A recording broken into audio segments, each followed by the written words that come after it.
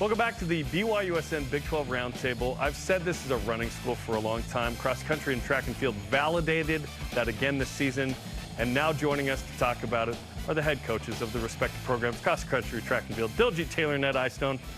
Welcome to the show. We've never had both of you at the same time. Great to be here. Yeah, no. We probably should have done an hour with just you two. We have a few minutes. Yeah, let's do it. You could. We're both kind of shy, so having the two of us Yes, here you are. on camera might be good. Okay, you just wrapped up NCAA Outdoor Track and Field Championships, and another successful situation for your programs. How was it in Eugene?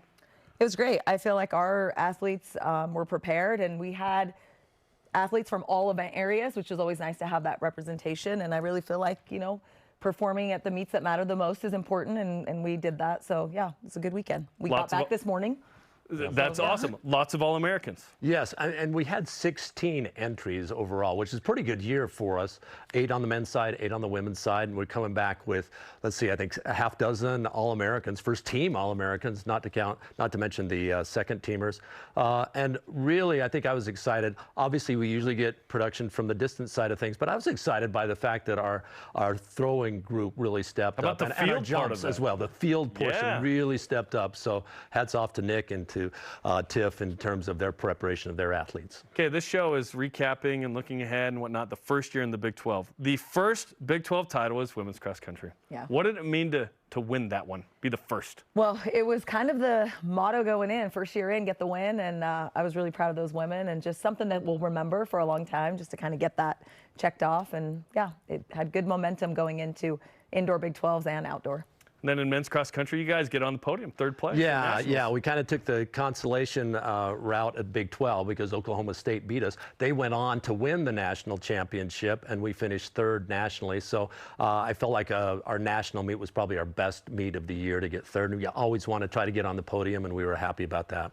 Women take 14th, so cross country also successful like we talked about. Then we go to the indoor track season. Some people don't know, there's actually 3 seasons: cross country, indoor track, outdoor track. Indoor, highlighted by the national championship in the distance medley relay, or DMR, Sadie Sargent, Sammy Oblad, Carly Hansen, Riley Chamberlain. We had them in studio after they won it. That was big time to win the netting. Yeah, that was huge. It wasn't expected. So it's always fun when you go in as kind of the underdog and just capture the title. So it was a great moment for our program. Then James Corrigan, sophomore, wins the Big 12 steeplechase in outdoor. And I think he's on his way. I think he was our first Big 12 outdoor champion, so that was fun to see. And kind of stepped up. You know, Kenneth Rooks, we could still have him around, but he went professional, which we encouraged that. And it was fun to see James Corrigan step up, win the first Big 12 conference championship. And then he looked really good at the national meet. In the prelims, he won his heat, and then I think he was a little tired for the final. But we've got good things coming ahead for sure. With that DMR team, you said, Diljeet, we have had our share of lows. I told the women that just when the caterpillar thinks the world is ending, it turns into a butterfly. I think we just experienced a big butterfly moment. I really like that quote. Yeah, it was after cross country nationals, kind of finding a way to keep those women motivated. And yeah, just that's what our team, we've embodied the butterfly as kind of our symbol, and we've had lots of butterfly moments since then. How was the Big 12, Ed? Because you guys were kind of independent outdoor track, MPSF indoor, cross country, WCC, you were all over the place. Now you come into the Big 12. How was it? Well, it's kind of a new philosophy because in the old days, we would use that weekend 2 weeks before the national meet as kind of a prep time, maybe a last chance qualifier. Now it's the conference championship. We got to be all in on that as well. So it's really exciting, and I think it's a way to bring the team together because having a team aspect, as we've seen in cross country over the years, really is something that unites all the event groups, all the event categories. And so we're pretty excited about having that in the future as well. And I think we did pretty well. Our theme was "We Ready" for the season, and I think we showed that we have been ready and we've prepared well, and we did well ultimately. Grammar be darned. We ready, right? Like, I mean, we're ready to go. Because nothing says "we ready" more than just a Caucasian dude like myself. We ready, right?